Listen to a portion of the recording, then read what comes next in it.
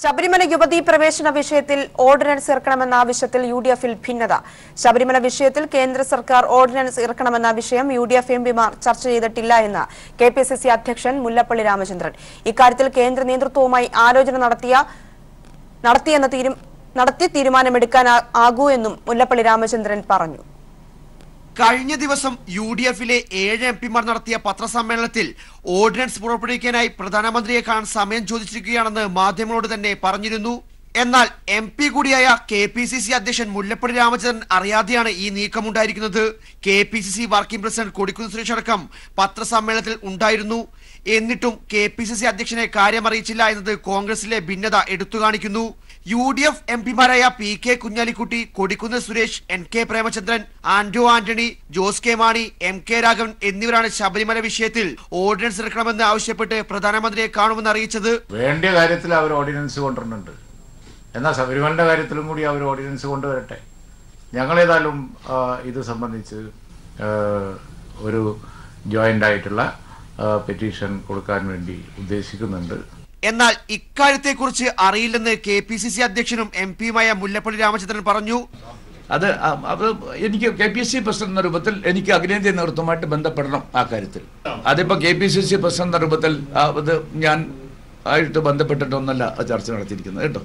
താനും A K ആന്റണിയും ശശി തരൂരും കെ സി വേണുഗോപാലും വാർത്താ സമ്മേളനത്തിൽ ഉണ്ടായിരുന്നില്ല. ഇക്കാര്യത്തിൽ കേന്ദ്ര നേതൃത്വത്തോട് ചർച്ച ചെയ്ത ശേഷം മാത്രമേ തീരുമാനത്തിലെത്താനാകുമെന്നും മുല്ലപ്പള്ളി രാമചന്ദ്രൻ കൂട്ടിച്ചേർത്തു. ഓർഡിനൻസിന്റെ കാര്യത്തിൽ എംപിമാരുടെ തീരുമാനത്തെ തള്ളുകയും ചെയ്തു മുല്ലപ്പള്ളി. News bureau, Delhi. ശബരിമല യുവതീ പ്രവേശനത്തിൽ ബിജെപി നിലപാട് തള്ളി കേന്ദ്രമന്ത്രി രാംവിലാസ് പാസ്വാൻ. യുവതികൾ ശബരിമലയിൽ പ്രവേശിക്കുന്നതിനെ എതിർക്കാനാകില്ല. സ്ത്രീകൾ ബഹിരാകാശത്ത് പോകുന്നു. അപ്പോൾ അവർക്ക് ക്ഷേത്രത്തിൽ എന്തുകൊണ്ട് കയറാനാകില്ലെന്നും വിധി മാനിക്കാൻ സർക്കാർ തയ്യാറാകണമെന്നും പാസ്വാൻ. വിവരങ്ങളുമായി ഹരീഷ് ചേരുകയാണ്. ഹരീഷ്, പാസ്വാൻ എന്തെല്ലാം കാര്യങ്ങളാണ് പറഞ്ഞിരിക്കുന്നത്?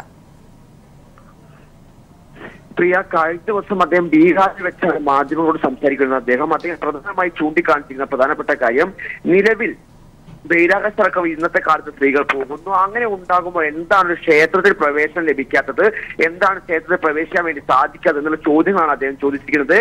NDA ഘടകത്തിരിക്കുന്ന ലോക് ജനശക്തി പാർട്ടിയുടെ നേതാവും കേന്ദ്രമന്ത്രി കൂടിയായ രാംവിലാസ് പാസ്വാൻ ഇങ്ങനെ നിലപാട് സ്വീകരിച്ചതോടെ എന്തായാലും BJP കടുത്ത സമ്മർദ്ദത്തിലേക്ക് പോവുകയാണ്. BJPയുടെ സംസ്ഥാന നേതൃത്വം ഈ വിഷയത്തിൽ ആദ്യമേ തൊട്ടേ നിലപാടുകൾ മാറ്റി ചാഞ്ചാടി കളിച്ചിരുന്നു. അതിന്റെ അടിസ്ഥാനത്തിലാണ് കേന്ദ്ര നേതൃത്വത്തിന് ഒരു നിലപാട് വ്യക്തമാക്കാൻ പറ്റുന്ന സാഹചര്യം ഉണ്ടായിരുന്നത്. ബേട്ടി ബച്ചാവോ ബേട്ടി പഠാവോ എന്നാണ് സർക്കാരിന്റെ മുദ്രാവാക്യം. അതുകൊണ്ട് തന്നെ സ്ത്രീകൾക്ക് പ്രവേശനം അനുവദിക്കണം, സ്ത്രീകളെ ഒരു തരത്തിലും താഴ്ത്തി കാണേണ്ട സാഹചര്യമില്ലെന്ന് അദ്ദേഹം പറയാതെ പറയുന്ന സാഹചര്യം ഉണ്ടായിരിക്കുന്നു. വിധി വന്നു, 2 യുവതികൾ ശബരിമലയിൽ കയറുകയും ചെയ്തു. വിധി മാനിക്കാൻ സർക്കാർ ബാധ്യസ്ഥനാണ്. അതിനുവേണ്ട നിയമ നടപടികൾ എല്ലാം തന്നെ സർക്കാർ സ്വീകരിക്കേണ്ട സാഹചര്യം ഉണ്ടെന്നുള്ള ഒരു കാര്യവും സൂചനയും അദ്ദേഹം നൽകിയിരിക്കുന്നു. അതിനൊരു നിർദ്ദേശമായി അദ്ദേഹം കേന്ദ്ര സർക്കാർ നൽകിയിരിക്കുകയാണ്. കാരണം എന്തായാലും ബേട്ടി പഠാവോ എന്ന് പറയുന്ന ഈ മുദ്രാവാക്യം മുന്നോട്ട് വെച്ചുള്ള കേന്ദ്ര സർക്കാർ എന്തടിസ്ഥാനത്തിലാണ് ഒരു തരത്തിലും സ്ത്രീകളെ താഴ്ത്തി കാണുന്ന ചോദ്യം അദ്ദേഹം പറയാതെ തന്നെ ചോദിക്കുകയാണ്. എന്തായാലും രാഷ്ട്രീയപരമായി വലിയ സമ്മർദ്ദത്തിലേക്കാണ് വിഷയങ്ങൾ പോകുന്നത്. ആദ്യമേ തന്നെ ഈ വിഷയത്തിൽ നിലപാടില്ലാതിരുന്ന കോൺഗ്രസും BJPയും ഈ വിഷയത്തിൽ BJPയെ കൂടെ സമ്മർദ്ദത്തിലേക്ക് കൊണ്ടുപോവുകയാണ്. ഈ വിഷയത്തിൽ എന്നാൽ ശബരിമല യുവതി പ്രവേശനത്തിൽ BJPയുടെ നിലപാട് തള്ളിയിരിക്കുകയാണ് കേന്ദ്രമന്ത്രി രാംവിലാസ് പാസ്വാൻ. യുവതികൾ ശബരിമലയിൽ പ്രവേശിക്കുന്നതിനെ എതിർക്കാൻ സാധിക്കുകയില്ലെന്നും, കാരണം ബഹിരാകാശത്തടക്കം ഇന്നത്തെ കാലഘട്ടത്തിൽ യുവതികൾ പോകുന്നു. പിന്നെ എന്തടിസ്ഥാനത്തിലാണ് ക്ഷേത്രത്തിൽ പ്രവേശിക്കാൻ പറ്റുന്ന സാഹചര്യം ഉണ്ടാവുന്നത്, അതിനുവേണ്ട നിയമനങ്ങൾ കേന്ദ്രം സ്വീകരിക്കാനുള്ള നിലപാട് തന്നെയാണ് അദ്ദേഹം സ്വീകരിച്ചിരിക്കുന്നത്. എന്നാൽ ഈ ലോക് ജനശക്തി നേതാവ് NDA ഘടകകക്ഷിയായ രാംവിലാസ് പാസ്വാൻ കേന്ദ്രമന്ത്രിയാണ് ഇക്കാര്യം വ്യക്തമാക്കിയിരിക്കുന്നത്. പ്രിയ, ശബരിമല യുവതീ പ്രവേശനത്തിൽ BJPയുടെ ഇരട്ടത്താപ്പ് വീണ്ടും പുറത്തു വന്നിരിക്കുന്നു. യുവതീ പ്രവേശത്തെ അനുകൂലിച്ച് BJPയുടെ മുൻ അധ്യക്ഷനും രാജ്യസഭാ എംപിയുമായ വി മുരളീധരൻ. ദേശീയ ചാനൽ ചർച്ചയിലാണ് മുരളീധരന്റെ നിലപാട്. വിശ്വാസികളായ യുവതികൾക്ക് സംരക്ഷണം നൽകേണ്ടത് സ്റ്റേറ്റും പോലീസുമെന്നും വി മുരളീധരൻ. വിഷയത്തിൽ തുടർ കലാപങ്ങൾ BJP കേരളത്തിലൂടെ ഉയർത്തുന്നതിനിടെയാണ് മുരളീധരന്റെ പ്രതികരണം.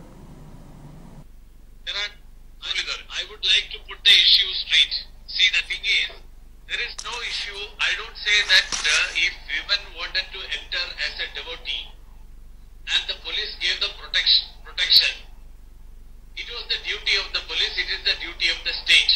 Yes. And it was the duty of the state to obey the order of the Supreme Court. സ്ത്രീവിരുദ്ധ ഹർത്താലിനിടെ RSSും BJPയും നടത്തിയ അക്രമങ്ങളെ അപലപിച്ച് സ്വാമി അഗ്നിവേശ്. അക്രമ സംഭവങ്ങളിൽ കോടതിയലക്ഷ്യത്തിന് സ്വമേധയാ കേസെടുക്കാൻ സുപ്രീം കോടതി തയ്യാറാകണമെന്ന് സ്വാമി അഗ്നിവേശ് ആവശ്യപ്പെട്ടു. സ്ത്രീ പ്രവേശനത്തിന്റെ പേരിൽ ശബരിമല നടയടച്ച തന്ത്രിമാരുടെ നടപടി കോടതി അലക്ഷ്യമാണെന്നും അഗ്നിവേശ് പറഞ്ഞു. തൊട്ടുകൂടായ്മ ആചരിച്ച ഇവരെ ജയിലിലടയ്ക്കണമെന്നും സ്വാമി അഗ്നിവേശ് പീപ്പിൾ ടിവിയോട് പറഞ്ഞു. ശബരിമല സ്ത്രീ പ്രവേശനത്തിന് പിന്നാലെയുണ്ടായ അക്രമ സംഭവങ്ങൾ കൃത്യമായ അജണ്ടയോടെയാണ്. ശബരിമല ആചാര സംരക്ഷണത്തിന്റെ പേര് പറഞ്ഞ് കേരളത്തിൽ വേരുറപ്പിക്കാനാകുമെന്നായിരുന്നു BJPയും RSSും പ്രതീക്ഷിച്ചത്. എന്നാൽ ഇവരുടെ തന്ത്രം കേരളത്തിലെ ജനങ്ങൾ തള്ളിക്കളഞ്ഞു. ഈ തന്ത്രം പരാജയപ്പെട്ടതോടെയാണ് കേരളത്തിൽ അക്രമങ്ങൾ അഴിച്ചുവിട്ടതെന്ന് സ്വാമി അഗ്നിവേശ് പറഞ്ഞു. They see their Waterloo in God's own country, that is Kerala. They thought that using this Kerala so-called tradition, they will be gaining a foothold. And I think that in their desperation, they are resorting to violence, which is most condemnable. അക്രമ സംഭവങ്ങൾ അപലപനീയമാണ്. Indian ഭരണഘടനയോട് തന്നെയാണ് ഈ അക്രമികൾ കുറ്റം ചെയ്യുന്നത്. കോടതിയലക്ഷ്യത്തിന് സ്വമേധയാ കേസെടുക്കാൻ supreme കോടതി തയ്യാറാകണം. മുഖ്യമന്ത്രി പിണറായി വിജയൻ അക്രമികൾക്കെതിരെ ശക്തമായ നടപടികൾ സ്വീകരിക്കുമെന്ന് വിശ്വസിക്കുന്നതായും അദ്ദേഹം പറഞ്ഞു. സ്ത്രീ പ്രവേശനത്തിന് പിന്നാലെ ശബരിമല നടയടച്ച പ്രവൃത്തിയെയും സ്വാമി അഗ്നിവേശ് വിമർശിച്ചു. കോടതിയലക്ഷ്യ നടപടിയാണ് തന്ത്രിമാരുടെ ഭാഗത്തു നിന്നുണ്ടായത്. ശുദ്ധിക്രിയ എന്ന പേരിൽ തൊട്ടുകൂടായ്മ ആചരിക്കുകയാണ് തന്ത്രിമാർ ചെയ്തത്. ഇത് ഭരണഘടനയുടെ 17ാം അനുച്ഛേദ പ്രകാരം ക്രിമിനൽ കുറ്റമാണ്. 1989 SC/ST ആക്ട് പ്രകാരമുള്ള കുറ്റവും ഇവർക്ക് മേൽ ചുമത്തി ജയിലിലടക്കണമെന്നും സ്വാമി അഗ്നിവേശ് ആവശ്യപ്പെട്ടു. Prevention of Atrocities Act 1989 that must be invoked against each one of these people. They should be sent to jail. Supreme കോടതി വിധി നടപ്പിലാക്കുകയും വെറുപ്പിന്റെ രാഷ്ട്രീയം പ്രചരിപ്പിക്കാൻ ശ്രമിച്ചവർക്കെതിരെ ശക്തമായ നിലപാടെടുക്കുകയും ചെയ്ത സർക്കാർ നടപടിയെ പ്രശംസിക്കാനും അഗ്നിവേശ് തയ്യാറായി. കേരളത്തെ കലാപഭൂമിയാക്കാൻ ശബരിമല വിഷയത്തെ ഉപയോഗിക്കുന്നവർക്കുള്ള കൃത്യമായ മറുപടിയാണ് സ്വാമി അഗ്നിവേശിന്റേത്. ക്യാമറാമാൻ ഗോപി കടവല്ലൂരിനൊപ്പം Sarath K Sasi, news bureau, Delhi. ഉത്തരേന്ത്യൻ മാതൃകയിൽ ജനങ്ങളെ ഭയപ്പെടുത്തി കീഴ്പ്പെടുത്താനാണ് BJP RSS ശ്രമമെന്ന് CPIM സംസ്ഥാന സെക്രട്ടറി കോടിയേരി ബാലകൃഷ്ണൻ. സംസ്ഥാനത്ത് അരാജകത്വം സൃഷ്ടിക്കാനുള്ള ബോധപൂർവമായ ശ്രമമാണ് നടക്കുന്നതെന്നും അദ്ദേഹം പറഞ്ഞു. RSS നേതൃത്വത്തിന്റെ നിർദ്ദേശപ്രകാരമാണ് സ്ത്രീകൾക്കെതിരെയായ ആക്രമണങ്ങളെന്നും കോടിയേരി ബാലകൃഷ്ണൻ പറഞ്ഞു. വനിതാ മതിലിലൂടെ സ്ത്രീകൾ ഉയർത്തെഴുന്നേറ്റതിൽ സംഘപരിവാർ പരിഭ്രാന്തരായതാണ് ആക്രമണങ്ങൾക്ക് കാരണം. സംസ്ഥാനത്തെമ്പാടും CPMന്റെയും CPയുടെയും ഓഫീസുകൾ അടിച്ചു തകർക്കുകയും കടകൾക്ക് തീവയ്ക്കുകയും ചെയ്തു. ഇതിനെതിരെ ശക്തമായ പ്രതിഷേധം ഉയർന്നുവരും. മാധ്യമപ്രവർത്തകരെയും RSSകാർ കടന്നാക്രമിക്കുകയാണ്. ശബരിമലയിൽ സ്ത്രീകളെ കയറാൻ അനുവദിക്കില്ലെന്നായിരുന്നു RSSന്റെ പ്രഖ്യാപനം.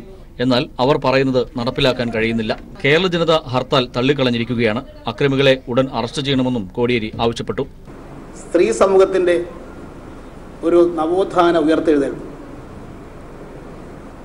ഇത് തകർക്കാനാണ് ഭയപ്പെടുത്തുക എന്നുള്ളതിലേക്ക് അവരിപ്പോൾ ചിന്തിക്കുന്നത്. മറ്റ് പല സംസ്ഥാനങ്ങളിലും ആളുകളെ ഭയപ്പെടുത്തി പിന്തിരിപ്പിക്കാൻ RSSന് കഴിഞ്ഞിട്ടുണ്ട്. എന്നാൽ കേരളത്തിലെ ജനങ്ങളെ ഭയപ്പെടുത്തി കീഴ്പ്പെടുത്താൻ കഴിയില്ല എന്ന് ഇന്ന് നടന്ന സംഭവങ്ങൾ തെളിയിച്ചിരിക്കുകയാണ്. മുൻകാലങ്ങളുടെ വ്യത്യസ്തമായി RSSന്റെ ഈ ഹർത്താൽ ആഹ്വാനം ജനങ്ങൾ പൊതുവിൽ തള്ളിക്കളയുകയാണ് ചെയ്തിട്ടുള്ളത്.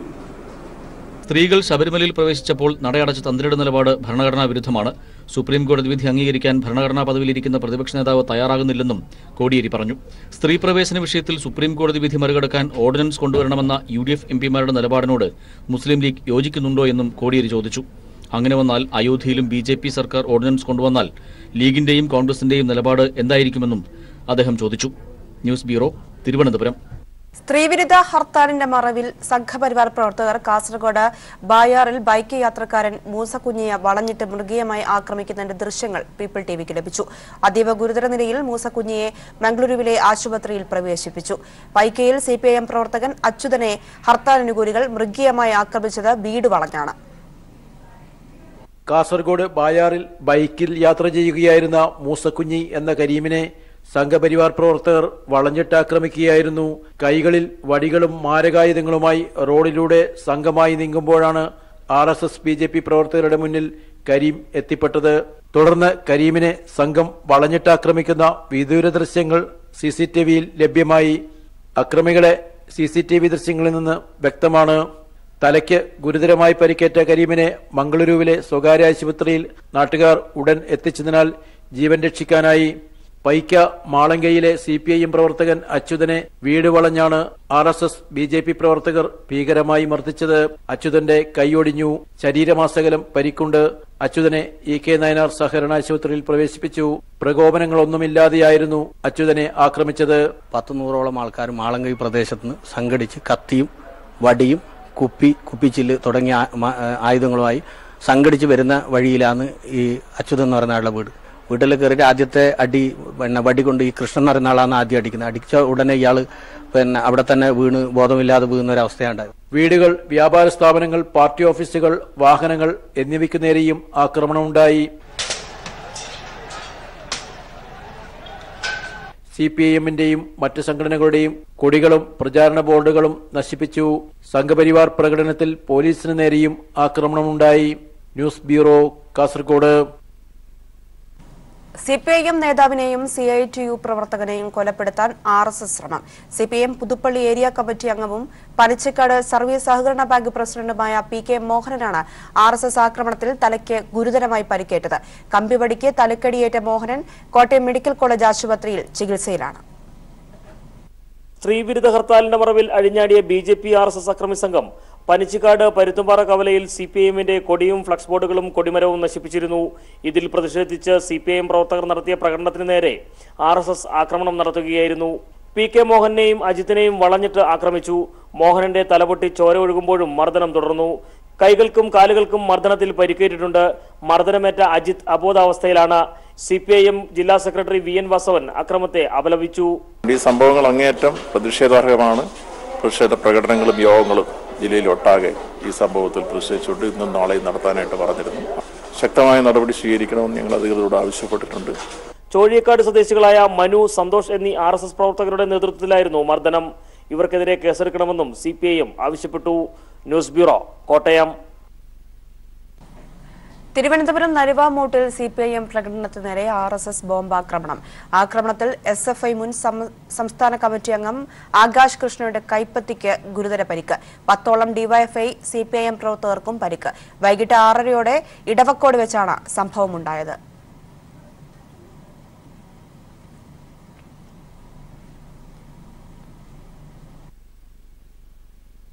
തിരുവനന്തപുരം പ്രാവച്ചമ്പലത്ത് വൈകിട്ട് 6:30യോടെ CPIMന്റെ പ്രകടനം നടക്കുന്നതിനിടെയാണ് RSSകാർ ബോംബെറിഞ്ഞത്. ബോംബേറിൽ SFIയുടെ മുൻ സംസ്ഥാന കമ്മിറ്റി അംഗം ആകാശ് കൃഷ്ണയുടെ കൈപ്പത്തി അറ്റുതൂങ്ങി. 10 CPIM DYFI പ്രവർത്തകർ കൂടി പരിക്കേറ്റിട്ടുണ്ട്. പരിക്കേറ്റ ആകാശിന്റെ നില ഗുരുതരമാണ്.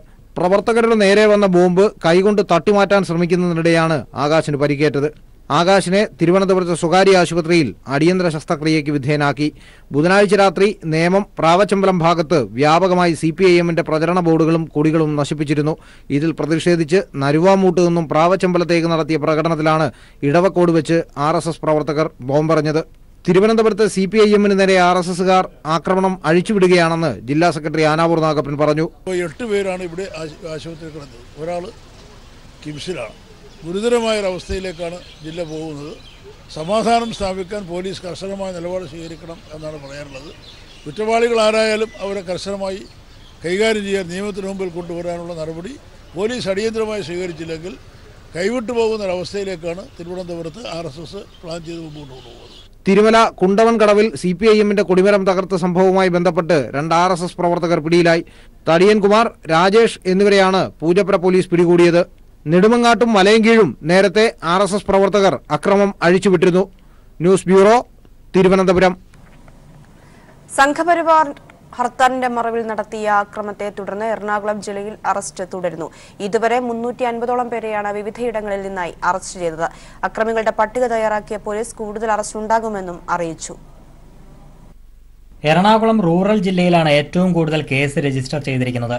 33 കേസുകളിലായി 107 സംഘപരിവാർ പ്രവർത്തകരെയാണ് റൂറൽ പോലീസ് ഇതിനകം അറസ്റ്റ് ചെയ്തിരിക്കുന്നത്. CPIM Paravur, Alangad area committee ഓഫീസുകൾക്ക് നേരെ RSS പ്രവർത്തകർ ആക്രമണം നടത്തിയിരുന്നു. വനിതാ പോലീസിനെയും ഭർത്താവിനെയും മർദ്ദിച്ച കേസിലും വടക്കേക്കര പോലീസ് സ്റ്റേഷനു നേരെ കല്ലെറിഞ്ഞ് സംഘർഷം സൃഷ്ടിക്കുകയും ചെയ്ത BJP പ്രവർത്തകർ ഉൾപ്പെടെയാണ് അറസ്റ്റിലായിരിക്കുന്നത്. അതേസമയം കൊച്ചി സിറ്റി പരിധിയിലും അക്രമം നടത്തിയതിന് 26 കേസുകളിലായി 250 പേർ ഇതിനകം അറസ്റ്റിലായിട്ടുണ്ട്. 33 പേർ കരുതൽ തടങ്കലിലുമാണ്. അക്രമികളായ RSS BJP പ്രവർത്തകരുടെ പട്ടിക പോലീസ് തയ്യാറാക്കിയിട്ടുണ്ട്. അതിനാൽ കൂടുതൽ അറസ്റ്റുണ്ടാകുമെന്നും പോലീസ് അറിയിച്ചു. സംഘപരിവാർ അക്രമത്തിൽ പ്രതിഷേധിച്ച് CPIM പ്രവർത്തകർ ജില്ലയിലെ വിവിധ കേന്ദ്രങ്ങളിൽ പ്രതിഷേധ പ്രകടനവും നടത്തിയിരുന്നു. News bureau, Kochi. മലപ്പുറത്ത് RSS BJP ഹർത്താലിനിടെ അക്രമങ്ങൾ നടന്ന സ്ഥലങ്ങളിൽ പോലീസ് ജാഗ്രതയിൽ. 22 കേസുകളാണ് കഴിഞ്ഞ 2 ദിവസങ്ങളിലെ അക്രമ സംഭവങ്ങളുമായി ബന്ധപ്പെട്ട് മലപ്പുറം ജില്ലയിൽ രജിസ്റ്റർ ചെയ്തത്. അക്രമങ്ങളിൽ പ്രതിഷേധിച്ച് വ്യാപാരികളുടെയും മാധ്യമപ്രവർത്തകരുടെയും പ്രതിഷേധ മാർച്ചുകൾ ഇന്ന്. മലപ്പുറം ജില്ലയിൽ പൊന്നാനി, ചമ്രവട്ടം, വാഴക്കാട്, എടപ്പാൾ എന്നിവിടങ്ങളിലാണ് സംഘർഷമുണ്ടായത്. ചമ്രവട്ടത്ത് ഹർത്താൽ അനുകൂലികളുടെ അക്രമത്തിൽ പൊന്നാനി CI അടക്കം 7 പേർക്കും എടപ്പാളിൽ 4 പേർക്കും പരിക്കേറ്റിരുന്നു. അക്രമങ്ങളുണ്ടായ ഇടങ്ങളിലും തീരദേശ മേഖലയിലും പോലീസ് കാവൽ തുടരുകയാണ്. ഇതുവരെ രജിസ്റ്റർ ചെയ്ത 22 കേസുകളിൽ 12 പേർ അറസ്റ്റിലായി. 20ഓളം പേർ പോലീസ് കസ്റ്റഡിയിലുണ്ട്. 5 ഇടങ്ങളിലായി 18 പേരെ കരുതൽ തടങ്കലിൽ വെച്ചിട്ടുണ്ട്. 2 ദിവസങ്ങളിലായി മലപ്പുറം ജില്ലയിൽ മാത്രം 6 CPIM പ്രാദേശിക ഓഫീസുകൾ ആക്രമിക്കപ്പെട്ടു. കച്ചവട സ്ഥാപനങ്ങളും നിരവധി സ്വകാര്യ വാഹനങ്ങളും അക്രമി സംഘം നശിപ്പിച്ചു. ശബരിമല ദർശനം നടത്തിയ കനകദുർഗയുടെ വീടിനും പോലീസ് കാവൽ തുടരുകയാണ്. സംസ്ഥാനത്തെ അക്രമ പരമ്പരകളിൽ പ്രതിഷേധിച്ച് മാധ്യമപ്രവർത്തകരും വ്യാപാരികളും ഇന്ന് മലപ്പുറം നഗരത്തിൽ പ്രതിഷേധ മാർച്ച് നടത്തും. News bureau, Malappuram. തിരുവനന്തപുരത്ത് പരക്കെ BJP അക്രമം. നെയ്യാറ്റിൻകര CPIM ഏരിയ കമ്മിറ്റി ഓഫീസിന് നേരെ ബോംബേറ്. പുലർച്ചെയാണ് പെട്രോൾ ബോംബെറിഞ്ഞത്. നെടുമങ്ങാട് CPIM പ്രവർത്തകരുടെ വീടുകൾക്ക് നേരെ അക്രമം തുടരുന്നു. CPIM ഏരിയ കമ്മിറ്റി അംഗവും മുനിസിപ്പൽ സ്റ്റാൻഡിംഗ് കമ്മിറ്റി ചെയർമാനുമായ P. ഹരികേശൻ നായരുടെ വീടിന് നേരെയും SFI നേതാവ് ഹരിയുടെ വീടിന് നേരെയും ബോംബെറിഞ്ഞു.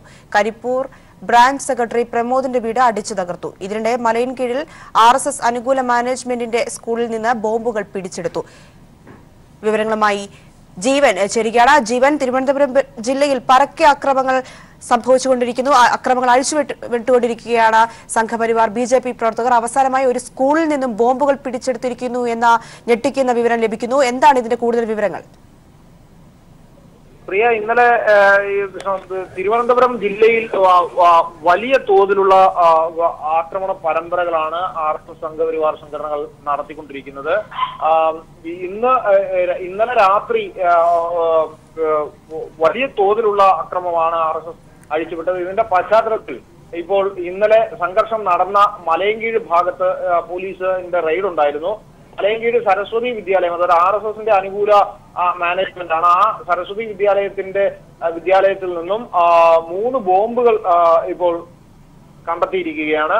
ഉഗ്രശേഷിയുള്ള ബോംബുകളാണ് കണ്ടെത്തിയത്.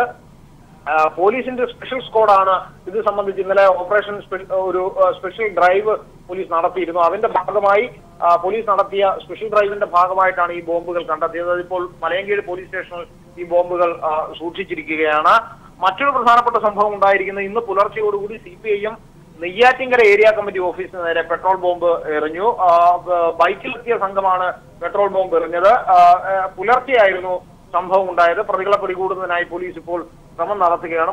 വളരെ പ്രധാനപ്പെട്ട ആക്രമണ സംഭവങ്ങളും ഡെവലപ്മെന്റുകളും ഇപ്പോൾ ഉണ്ടായിക്കൊണ്ടിരിക്കുന്നത് നെടുമങ്ങാടാണ്. കാരണം നെടുമങ്ങാട് CPIMന്റെ വളരെ പ്രധാനപ്പെട്ട നേതാക്കന്മാരുടെ വീടുകൾക്ക് നേരെയാണ് ഇപ്പോൾ ആക്രമണം ഉണ്ടായിരിക്കുന്നത്. അവിടെ CPIMന്റെ നെടുമങ്ങാട് ഏരിയ കമ്മിറ്റി അംഗമായ ഹരികേശൻ നായർ, അദ്ദേഹം അവിടുത്തെ ഒരു വളരെ പ്രധാനപ്പെട്ട നേതാവാണ്. അദ്ദേഹത്തിന്റെ വീടിന് നേരെ ഉഗ്രശേഷിയുള്ള ബോംബാണ് എറിഞ്ഞത്. ആ ആക്രമണത്തിൽ വീടിനും ജനൽ ചില്ലുകളും എല്ലാം പൊട്ടിച്ചെറിയുന്ന ഒരു സാഹചര്യം ഉണ്ടായി. Councillor C. ബാബു, അദ്ദേഹത്തിന്റെ വീടിന് നേരെയും ബോംബാക്രമണമാണ് ഉണ്ടായത്. പാർട്ടി അംഗമായ ഷാനുവിന്റെ വീട് ആക്രമിച്ച് തകർത്തു. അദ്ദേഹത്തിന്റെ കാറും തകർത്തു. SFI നേതാവ് ഹരിയുടെ വീടിന് നേരെ ബോംബേർ ഉണ്ടായി. കരിപ്പൂർ ബ്രാഞ്ച് സെക്രട്ടറിയായ പ്രമോദിന്റെ വീട് അടിച്ചു തകർത്തു.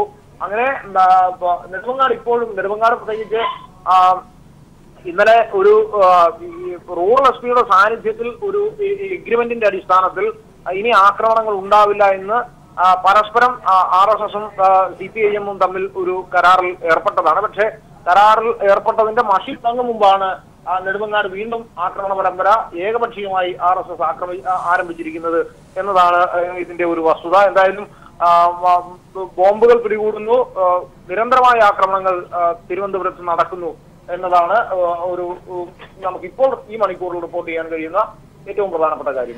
ജീവൻ, ഇതിലൂടെ അതായത് ഈ ജില്ലയിൽ വലിയ രീതിയിൽ അവസാനം ഇപ്പോൾ ഒരു വിദ്യാലയത്തിലാണ് ബോംബുകൾ സൂക്ഷിച്ചിരിക്കുന്നത്. അതായത് കരുതിക്കൂട്ടി CPM DYFI പ്രവർത്തകർക്ക് നേരെ പ്രശ്നങ്ങൾ ഉണ്ടാക്കുക, ആക്രമിക്കുക എന്ന ലക്ഷ്യം അത് തന്നെയാണോ ഇപ്പോൾ നടപ്പിലാക്കിക്കൊണ്ടിരിക്കുന്നത്? ഇത്തരത്തിൽ പ്രശ്നങ്ങൾ ഉണ്ടാക്കത്തില്ല എന്ന് കഴിഞ്ഞ ദിവസം അവർ സമ്മതിച്ചിട്ടും പ്രശ്നങ്ങൾ അരങ്ങേറിക്കൊണ്ടിരിക്കുന്ന ഒരു സ്ഥിതിയാണ് ജില്ലയിലുള്ളത്.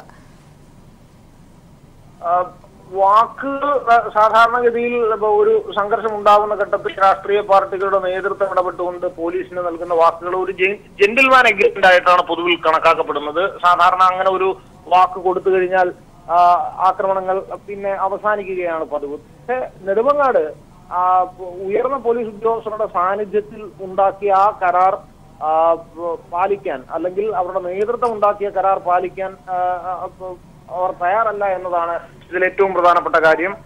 കാരണം വളരെ ജനകീയരായ നേതാക്കന്മാരുടെ വീടുകൾക്ക് നേരെ ഉഗ്രശേഷിയുള്ള ബോംബുകൾ, അത് ഹരികേശൻ നായരുടെ വീടിന് നേരെ എറിഞ്ഞത് കൊലപ്പെടുത്തുക എന്ന ബോധപൂർവമായ ഉദ്ദേശത്തോടു കൂടി എറിഞ്ഞ ബോംബുകളാണെന്ന് പറയേണ്ടി വരും. കാരണം ആക്രമണത്തിൽ അത്രമാത്രം വലിയ ഗുരുതരമായ ഗൗരവമേറിയ നാശനഷ്ടമാണ് ആ വീടിനുണ്ടായത്. ഒരുപക്ഷെ അതിന്റെ തൊട്ടടുത്ത് ആരെങ്കിലും ഉണ്ടായിരുന്നെങ്കിൽ ഒന്നിലേറെ ആളുകൾ മരണപ്പെടുന്ന തരത്തിലുള്ള ബോംബാക്രമണമാണ് ഹരികേശൻ നായരുടെ വീടിന് നേരെ ഉണ്ടായത്. കൗൺസിലർമാരുടെ, പാർട്ടി അംഗങ്ങളുടെ, SFI നേതാക്കളുടെ, ബ്രാഞ്ച് സെക്രട്ടറിമാരുടെ എല്ലാം വീടിന് നേരെ ഇപ്പോഴും ആക്രമണം അവിടെ നടക്കുകയാണ്. അവിടെ സംഘർഷം പൂർണ്ണമായും ശമിച്ചു എന്ന് പറയാനാവില്ല.